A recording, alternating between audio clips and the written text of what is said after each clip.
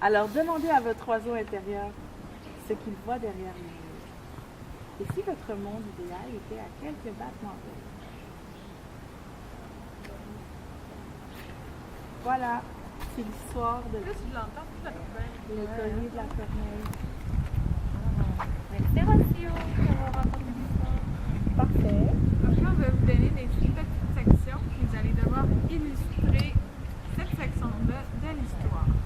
Il était une fois, au Québec, 7 jeunes femmes prêtes à se lancer à l'aventure dans le cadre d'un stage Québec sans frontières, un programme financé en partie par le ministère des Relations internationales et de la francophonie du Québec, chapeauté par l'AMI, Aide internationale à l'enfance, un organisme de Québec, sous la direction de la Fondation Wiñay Intercultural à Sucre, en Bolivie.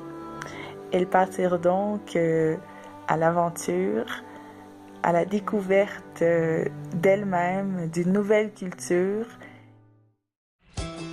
Branché à l'aéroport de Montréal. Ouais, ça va la faire. Ce qu'on disait, Claudia, c'était que ça commence Maintenant, et tout fait partie de ça. c'est ça. Qui est quoi? Un grand voyage. Elle écrit une histoire pour enfants, puis on l'a fait illustrer par des enfants ici au Québec. Puis, Pour que justement ils prennent contact avec cette histoire-là. Ah, c'est vraiment cool.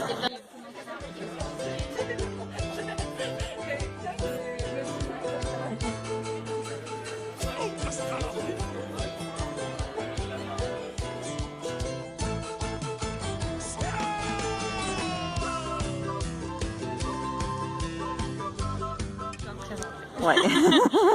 Donc, moi, je m'appelle Claudia Tremblay. J'ai 22 ans. Je viens de Chicoutimi. Puis, c'est ça, j'ai étudié en psychologie et maintenant j'étudie en développement international. Jusqu'à maintenant, je dirais que mon expérience avec l'AMI a vraiment été positive parce que j'ai trouvé que les formations étaient vraiment pertinentes, qu'on avait beaucoup d'outils. Puis j'ai l'impression qu'il y a beaucoup de choses que j'ai pas nécessairement mis en pratique jusqu'à maintenant ou qui sont plus comme en dormance dans mon cerveau puis qui vont pouvoir se réveiller quand je vais en avoir besoin. Je pense entre autres là, à des choses comme la communication non violente, un atelier qu'on avait eu, toutes des choses qui nous aident un peu dans notre quotidien, puis tout ça. Donc ça pour moi c'est vraiment positif. Puis aussi je pense que ça va être c'est un peu une belle consolidation parce que j'avais jamais fait ce genre d'exercice-là, tu sais, aussi intense en plus parce qu'on a quand même eu beaucoup de formations. Fait que je pense que ça a été une bonne consolidation de qu'est-ce que je savais déjà, qu'est-ce que j'ai appris par moi-même, puis ça en a aussi ajouté une couche qui va m'être utile en voyage, je suis pas mal certaine. Puis sinon, si ça m'est pas utile en voyage, ben de toute façon, je pense que ça va être utile dans la vie de tous les jours. Puis je pense que c'est ce genre d'apprentissage que j'ai jamais vraiment perdu. Le stage en premier, ben c'est surtout que j'étudie déjà en développement international. Donc, j'avais envie de voir comment ça se passe arriver dans une communauté, puis établir un projet, comment les liens se créent entre la communauté, les organismes, tout ça. Ça m'intéresse beaucoup, donc ça m'intéressait de voir ça de mes propres yeux avec le stage. Puis c'est aussi un défi personnel pour moi. C'est sûr que je veux apprendre à me connaître, comment je réagis dans un contexte comme ça. Puis j'ai aussi eu une expérience un peu plus difficile il y a 2 ans, fait que c'est comme un peu un moyen pour moi de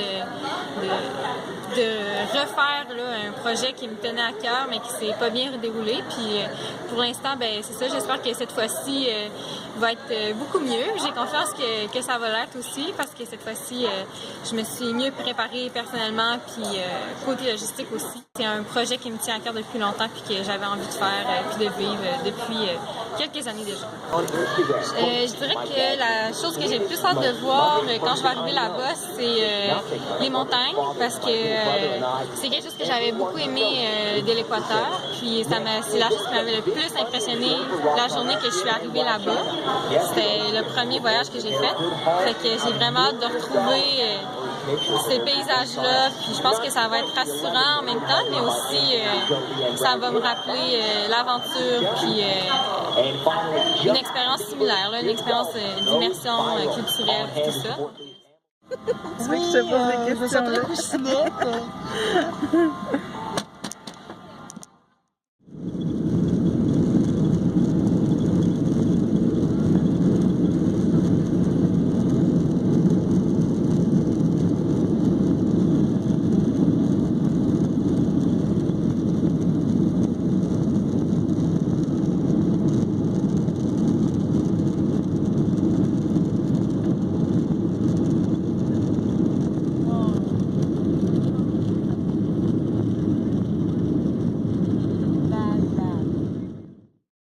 Combien d'arriver à Sucré! On est-tu bien ou on n'est pas bien? Ah, si!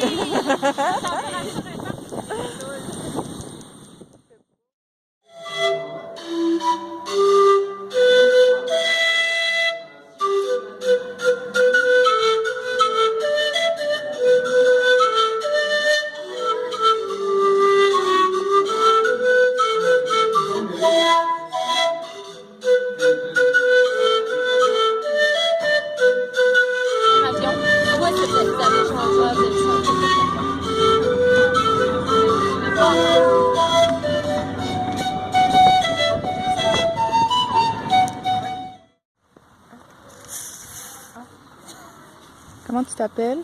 Janie Gilbert. Présente-toi. Bon, moi je m'appelle Janie Gilbert. Je suis une des stagiaires qui est parmi les 6 stagiaires. Puis j'ai 23 ans. Puis ça fait 4 jours qu'on est arrivé en Bolivie. Puis ma présentation, c'est pas mal ça, là. Qu'est-ce que je fais dans la vie? Ben là, présentement, je suis aux études. J'en attends de voir si je suis acceptée en technique d'éducation spécialisée. Fait que, dans le fond, j'aime beaucoup être avec les enfants. Fait que c'est un peu avec qu'est-ce qu'on va faire ici. Puis, qu'est-ce que je fais d'autre? J'observe. J'observe la vie. Je me sens bien. Peut-être un peu vide, parce que je suis quand même loin, mais ce vide-là, il va se remplir, j'imagine. Mais non, je me sens bien. J'ai pas créé d'attente telle quelle avant le voyage et sur le voyage. Fait que je vois qu'est-ce qui arrive, puis c'est ça qui va être ça. Ça va être de l'acceptation. Ben, c'est sûr que vu que j'étais déjà venue, c'est sûr que j'ai beaucoup de flashbacks, j'ai beaucoup de souvenirs, des places, qu'est-ce que je faisais. Mais là, je viens pour autre chose. Là. Je viens pour un projet, puis je suis avec du monde qui sont dans la même vibe que moi. Fait que j'ai vraiment hâte de voir l'école, j'ai vraiment hâte de voir les jeunes. Puis je pense que c'est vraiment ça, j'ai hâte à la semaine prochaine que ça commence pour de vrai, là, que le projet soit vraiment commencé. Puis, c'est ça, je pense, là, mon plus gros... ma plus grosse joie, là, mon plus gros stress, mais c'est pas un stress, c'est plus comme une... J'ai envie que ça commence. Là, Ouais, tu peux te mettre là aussi. Moi, c'est Audrey, j'ai 32 ans. Je vis à Québec, à Limoilou, avec mon chat. Là, présentement, je suis en train de... J'ai arrêté de travailler chez Simon, c'est fini. Alors, j'ai un congé de 2 mois, puis après ça, ben, la vie s'ouvre à moi. Présentement, bizarrement, je me sens quand même super bien, comme heureuse. Pourquoi bizarrement? J'aurais pensé que je serais plus stressée. Je pense que j'étais stressée. Le processus m'a plus stressée. Mais j'ai toujours vécu la même chose. La première soirée à Santa Cruz, j'ai capoté. J'étais comme, oh my God, qu'est-ce qu'on faisait dans un dortoir, la ville? On est arrivé le soir, c'est comme, oh mon Dieu, dans quoi je me suis embarquée? En plus, ton lit était brisé. Oui, c'est ça. T'as dormi assis. Ouais, c'est ça. J'ai dormi assis, il pleuvait. C'était comme la ville, on était comme pas sur où qu'on était. On était comme entre 4 murs. On était comme... Puis tranquillement, quand on est sorti des murs, puis qu'on est allé marcher un peu dans la ville, ah ok, tu te sens un petit peu, tu te sens un peu, dans le fond c'est comme Québec, là. C'est comme la ville ailleurs, là, c'est comme normal. Puis je pense que de plus en plus, ici on est super bien à l'auberge, là, ici à Sucré, j'adore Sucré. Donc je pense que c'est une adaptation chaque jour. Moi je vis vraiment jour le jour. À partir de maintenant, quelle est la première chose que tu as hâte de voir, de sentir, d'entendre? De voir les rires des enfants. Puis je pense que de l'authenticité des gens, de voir vraiment autant dans le groupe que moi-même, de voir notre vraie nature, je pense. Un état. Bonjour, je m'appelle... C'est-tu bon? Commencer? Non, pas encore? Oui, vas-y, mais parle fort, par exemple. OK. Je m'appelle Maud, j'ai 24 ans, je viens de Gatineau. Je viens de terminer mon bac en enseignement d'adaptation scolaire. Puis ma motivation pour faire ce projet-là, premièrement, c'est le travail avec les enfants. Je pense qu'en étant professeur orthopédagogue de formation, ça va de soi que j'aime ça travailler avec les enfants. Puis il y a aussi tout le côté culturel qui m'a poussé beaucoup à voyager, puis apprendre la culture, les différentes coutumes, entrer en relation avec des gens qui sont par apparence totalement différents que nous, mais qu'au fond, on est toutes les mêmes. Je me sens sereine. Je me sens sereine par rapport à plein de choses. Je me sens sereine par rapport à l'endroit où je suis. Je me sens sereine par rapport au projet, puis à ce que moi, ce que j'en dégage, ce que j'en retire aussi. Je trouve que c'est simple, ça y va comme ça doit aller. Il n'y a pas de pression, il n'y a pas de stress. C'est vraiment de la sérénité. Le programme de Québec sans frontières jusqu'à maintenant, qu'est-ce que tu en tires? Comment est-ce que tu as perçu l'ensemble du programme, l'organisation, tout ça? D'abord, moi, ce que je peux en voir, c'est que c'est super bien organisé. Je trouve que c'est très bien encadré, mais en même temps, en nous laissant la liberté de nous s'épanouir puis de donner notre couleur à ce projet-là. Là, tout récemment, on a su un peu plus ce qu'on va faire vraiment en lien avec le Wignay. Puis, ouais. Puis je pense qu'encore là, ça vient tout un peu nous rejoindre dans ce qu'on aime. Puis c'est encore là la beauté, je pense, du programme Québec sans frontières, c'est qu'on a la liberté d'apporter, nous, notre grain de sel. ¿Cómo se llama ese niño? Yo me llamo Rocío. Rocío, Cassandra, ¿Y tú? Hipólito. ¿Cómo lo...? ¿Pul? Hipólito con H. Hipólito. Eso. Ah, ya.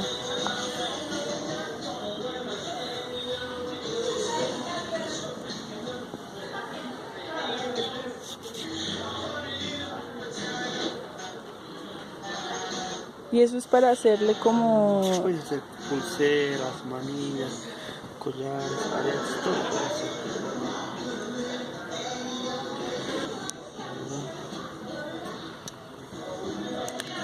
Se cogieron cortico.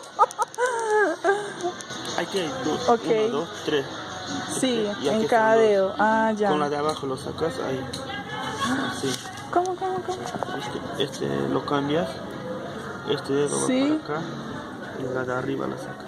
Uy. Y otra vez con otro ya te lo viste. Sí, después le cambias. Después. Y lo tienes que cambiar cuando llega la... Y ahora le subes hacia arriba. Ahora con este otro lado ya también le sacas. ¿Viste? Ahí. Como que lo paseas hacia arriba. Ajá. Todos los unos y en el último dedo le sacas. O sea, en una mano tienes 3 y en otra 2. Dos, ajá. Ahí viste.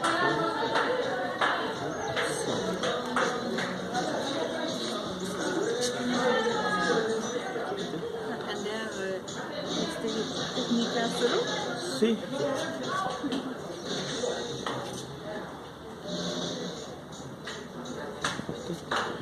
Y muestra. Ah, sí. Mira.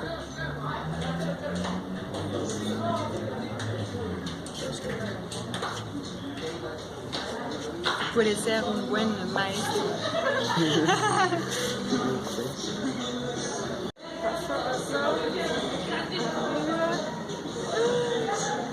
Je m'appelle Cassandra, j'ai 26 ans.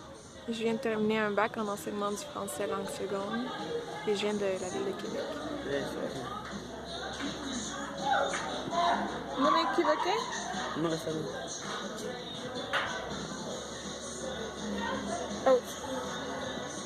Gracias.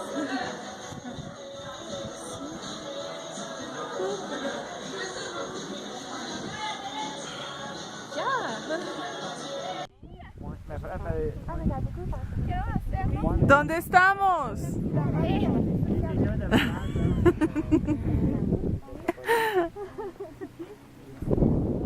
Et par exemple, on peut prendre une photo.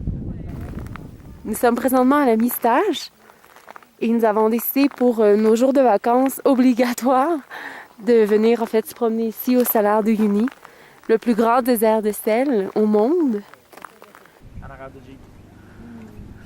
Tout est sorti.